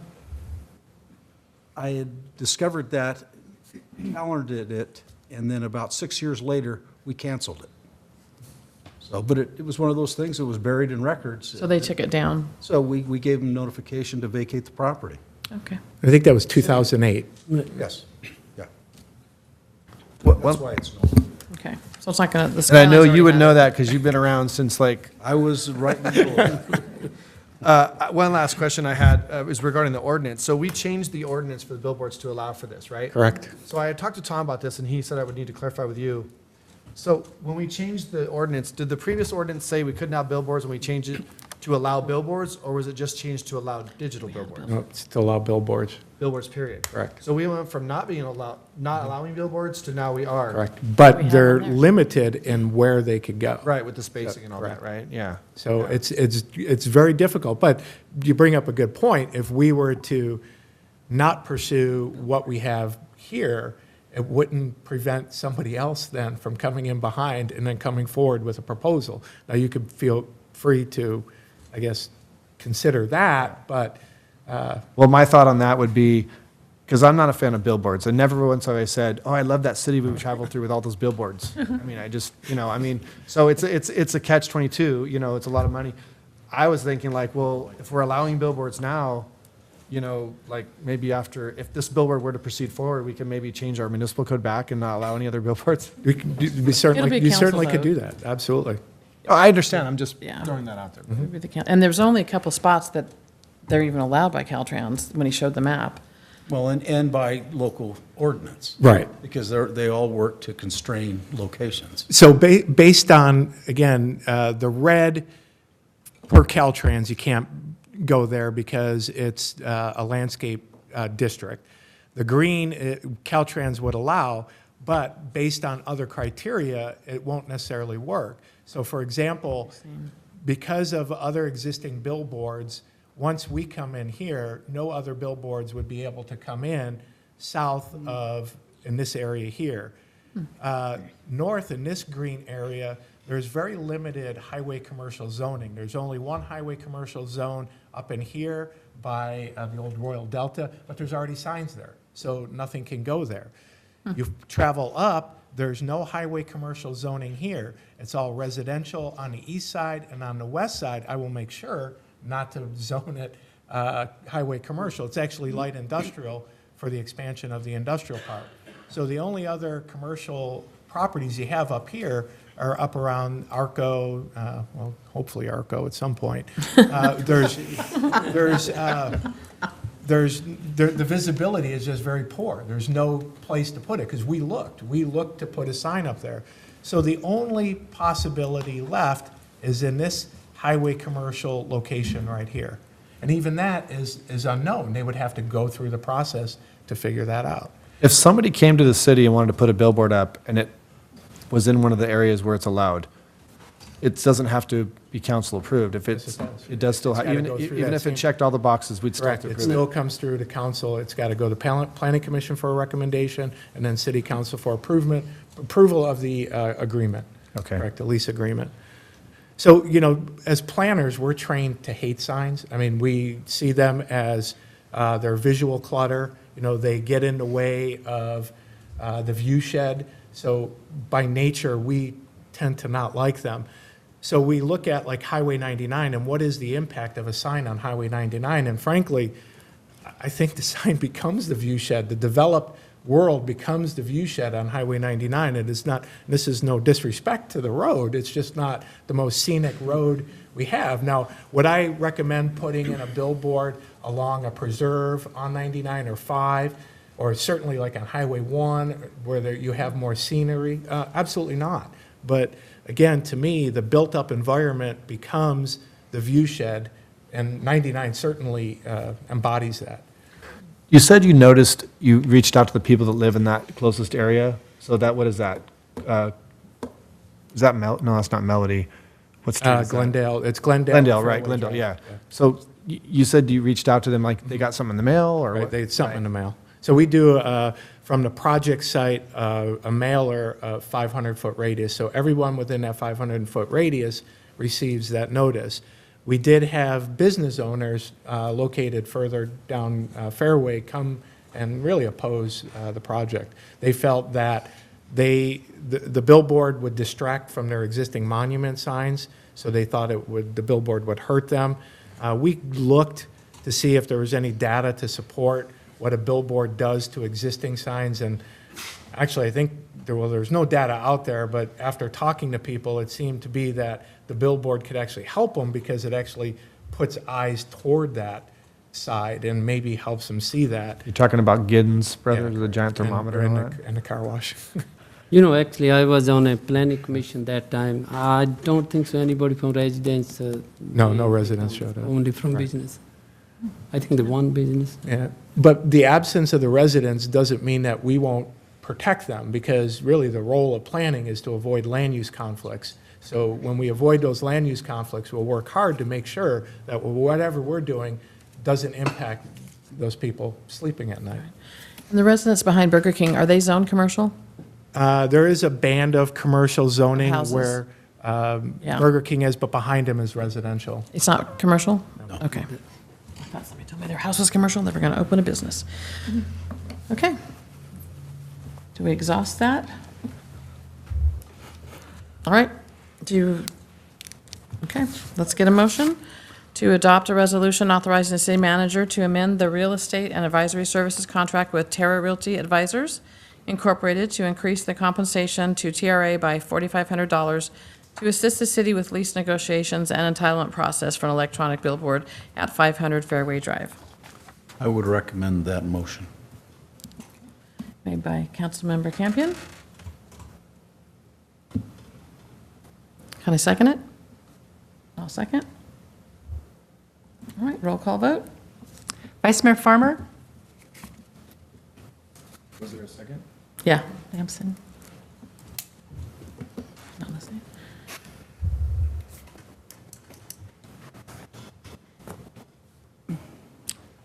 No.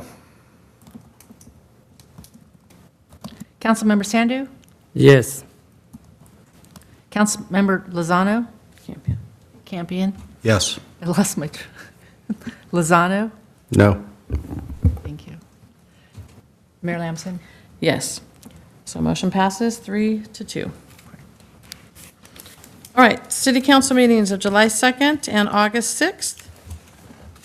Yes, our staff is recommending canceling the city council meeting of July 2nd due to a light agenda and also the holiday that's on Thursday, July 4th. The second part is National Night Out, which is on August 6th, a regular city council meeting night. And in order for city council to participate, we're recommending moving the start time to 3:00 p.m. National Night Out starts at 6:00 p.m. We did that last year and it worked. Correct. We'll just have to make sure we're there on time. Is this July 2nd we're talking about? Yes. July 2nd, there's See, it says right actually there. two requests. July 2nd is to cancel the city council meeting due to the light agenda and also the holiday, which is on July 4th.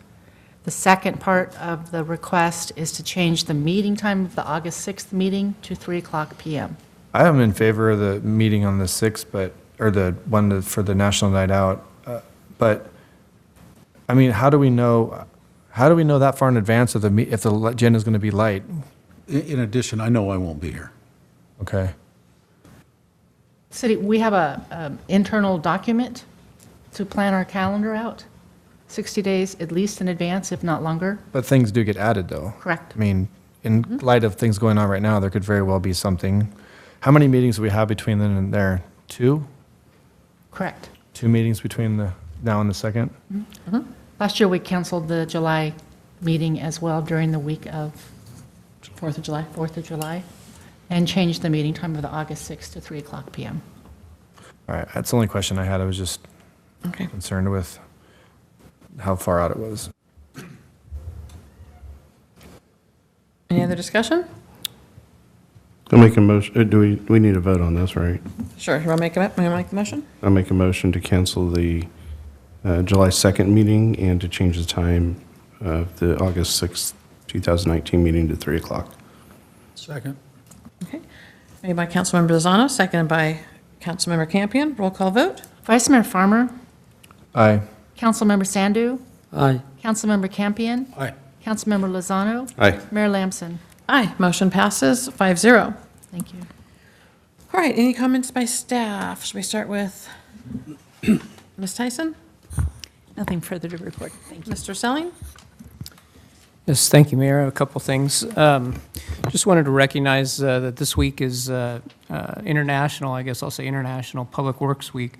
And so I just want to take a moment to, recognize all the dedicated public works staff, past and present, that have, put their efforts into building and maintaining the various transportation, water, wastewater, et cetera, infrastructure that we all, I don't know if say take for granted, but we all enjoy every day and probably don't even realize kind of thing. So definitely contributes to the health, safety, and quality of life of everyone. So just want to make that recognition. And then the other one, in light of the upcoming Memorial Day holiday, just wanted to say thank you and pay tribute to all those men and women in our military who've made the ultimate sacrifice in serving our country. And may we never forget them.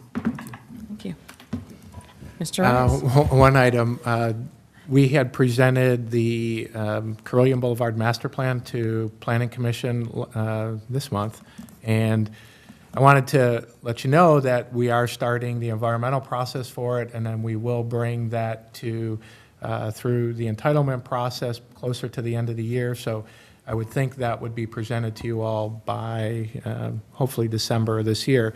But I also wanted to mention that there's a National Roundabout Association or group, and they've got wind of our project, and they actually have recognized GHD, formerly OmniMeans, in the city for kind of being at the forefront of the use of roundabouts. So we are getting some recognition for our master plan, at least in the design phase, and our Twin Cities roundabouts. So. All right, Ms. Hall, who are you hiring? We are taking applications for the position of a city manager, HR director, police officer, wastewater system operator, and youth sports official for softball. So we encourage anyone who's interested to go to our website and to apply. Thank you. Chief Sockman? I have nothing tonight. Mr. Let me write that down. I have nothing tonight. My poker face went away. City Manager Hagman? I have nothing further. Ms. Hood? I have nothing further. Thank you. All right. Any more comments from council, Mr. Campion? I didn't mention earlier, the South County Habitat Preservation Plan also won an award for the Northern California District of the American Planning Association. They will be submitting that for statewide recognition later this year. Oh, nice. All right. Councilmember Lozano? Yeah, just two things. One, congratulations to Ms. Hall on her new position in a different community. The other piece is Vice Mayor Farmer and I are continuing to work as ad hoc committee to address the city manager recruitment. There will be more to come probably in the next couple of weeks on that with a larger update. So I just wanted to kind of let the rest of the council know that we haven't forgotten about it, and we've had a couple of meetings, and we're scheduled for another one on June 12th. So we'll come back shortly after that with an update. Great, thank you. Councilmember Sandu? Yes, I did attend a public safety committee, I think yesterday. and we discussed some issues, like in one was the roundabout visibility on Twin City, and we discussed with the commission. The other was traffic safety at school site, and they was talking about some people when they're dropping, they can have a dental window. So chief is there, you know. So the other thing I also, attended last planning commission meeting. So that was very interesting. That's there is some comment about the master plan, and there was some citizen they was not happy with the staff recommendation. So that's it. Thank you. Great. Vice Mayor Farmer? Yeah, I went to the planning commission as well and heard some comments about the master plan. I think, how could we not get the attention of this supposed club with as many roundabouts as we're proposing? I went to the library opening today. Apparently it wasn't like the big to-do, but it was the soft opening. But I was there and a lot of people came, and the place is beautiful. So for those of you that attend the library, it is open again, and it's fancy in there. It looks really good. It's like, I was told it was down to 4 bare walls and everything's new. So floor to ceiling. Maybe you can remind them to send us an invite next time. Yeah, well, the official one is June 11th, I believe, where they're going to have Supervisor Natoli, and it's going to be more of a dedication, like the real, that's probably why it wasn't like an official. I don't know how I heard about it, but I went. But so other than that, that's all I have. All right. Meeting adjourned. See if I can grab a couple of the boards.